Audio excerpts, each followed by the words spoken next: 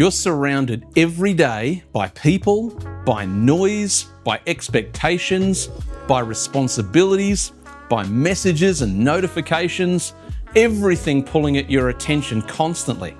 But when was the last time you were actually alone on purpose? Not lonely, not isolated, but intentionally, meaningfully, purposefully alone. Long enough for your inner world to exhale. Most midlife professionals have forgotten a skill that generations before us relied on to stay emotionally grounded. It's called solitude. And today, I want to show you why your soul is starving for it and how this one practice can restore clarity, strength, and direction in a way that nothing else can. As I said right off the top of the episode, we live in probably the noisiest version of the world that has ever been seen. There's noise coming through our TVs, through our smartphones, from the pressures at work, from the anxiety and stress around family life. More and more people are living in cities rather than regional areas, and so there's traffic congestion, and people are living a more stressful, angrier version of life as compared to just 20 years ago, let alone 100 years ago. And I'm convinced that not all of the technological advance and speed and so-called efficiency has actually been good for our soul. You see, we've lost the ability to turn our soul off or to close the window or close the door, as it were. We get home from a long day at work. Maybe you've fought traffic or public transport to get home. You've had a long day, pressures, stresses. Then you're dealing with family issues at home. And then when it's probably time to wind down, we then bombard our soul with imagery and content and new data. And without a shadow of a doubt, those who have invented smartphones and social media, they understand better than anybody the power of pulling down with your finger on that screen and releasing it like a spring-loaded request for more data, more data, more data. And the problem that we are seeing is not just in our soul. It's also massively impacting our neurochemistry. We're only now starting to see the case studies and the qualitative evidence talking to us about what we always suspected, that allowing our brains to be firing all the time with new stimulus and new data, allowing ourselves to get addicted to those micro hits of dopamine when we refresh and we see more likes and more views, none of this is good for our soul. Life has become too noisy, too constant, and we've got to take a moment to understand the price that we're paying and what the solution could actually be. I remember many years ago beginning to practice this idea of solitude or a soul discipline, the sanctity of solitude. I used to enjoy going to late night movie sessions at the end of my weekend on a Sunday night because a lot of my work in those days used to occur through the weekend.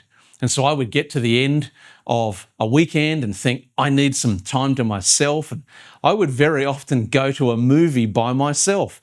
And many of my friends and colleagues used to recoil at the thought of going to watch a movie all on my lonesome. But what they didn't understand was I needed to do something about my hyper-connectedness.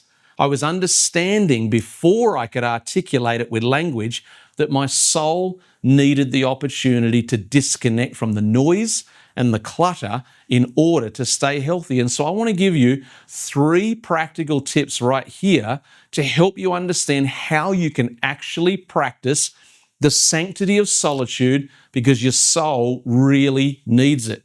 Number 1, as I was just referring to, we have to have the courage to disconnect. This is time application. This is intentional application of actually unplugging from all of the things that have gotten our soul in this constant hyper state of busyness and activity. We need to actually intentionalize disconnection from screens, even disconnection from people, disconnection from stress and anxiety and noise and other people's busyness in order to do our soul good. Now, in order to disconnect properly, you might even need to relocate. You might even need to identify a place in nature, a bushwalk, a beachside view, a lakeside retreat, somewhere where you can disconnect from all of the noise that is overloading your soul and actually making your soul bloated and unhealthy. When we've disconnected, that becomes our opportunity to reflect. You see, reflection is a lost art form and a lost skill in today's world. People are so busy focusing on the next thing and the next thing and the next highlight and the next task that we actually have not continued in this age-old practice of reflection. One of the only ways that you can figure out where you're pointing to is to understand where you've come from. But if you never look in the rearview mirror, you only look through the windscreen, how will you know whether you're on a straight course in your life or whether you're just swerving here, there, and everywhere? It's so important to intentionally arrange reflection time, utilizing disconnection so that you can reflect. Reflect on your busyness. Reflect on how you are feeling about your life. Reflect on goals. Reflect on relationships. Allowing decompression to come to your soul, so important. The third practical that is connected to these is to reconnect. You see, if we could learn to do all of these things intentionally and with focus, we would get ourselves into a rhythm and a routine of coming out of activity for reflection so that we can clear the clutter and rediscover clarity in our soul, and then we will be best prepared to reconnect with our routines in our activity. You see, this is not just a once-a-year event. This is actually a regular rhythm that we need to get into. In the same way, we wake up and at the end of that day we sleep.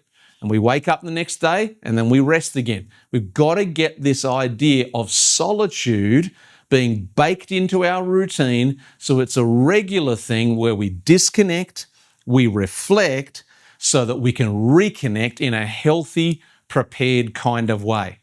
If some of what you're hearing today is resonating with you, it's very likely that you are one of these people that I like to call midlife career professionals or individuals who've found themselves a little bit stuck, not really growing, and not experiencing the upgraded life that they had always hoped for. If that's you, I want you to click on a link in the show notes below. It's a link to my brand new comprehensive training program that I call True Self Transformation Program. Most people I've discovered don't even realize that they are living with a learned, manufactured, diminished version of themselves. Well, in this training program, I'm going to help you to get unstuck, get growing, and then start living the real full potential version of yourself so that upgrade naturally comes into your world. I'd love you to click that link. When you do, you even get a free preview lesson so you can have a taste of what the course is like. I know that that will help you. I guarantee it, and you'll love it. So there you have it. Nice and punchy in today's episode. Simple concept, but powerful if you can learn to practice as a rhythm, not as a one-time event, but as a rhythm, the sanctity of solitude. Disconnecting from all of that noise, all of that stress, everybody else's activity, to allow your soul time to decompress, breathe, and reflect so that when you've got to engage that activity and that busyness again, you can do it in the most healthy way possible. Thanks for taking the time to watch today. I hope you heard something that helped you, and I'd love to see you in another video real soon.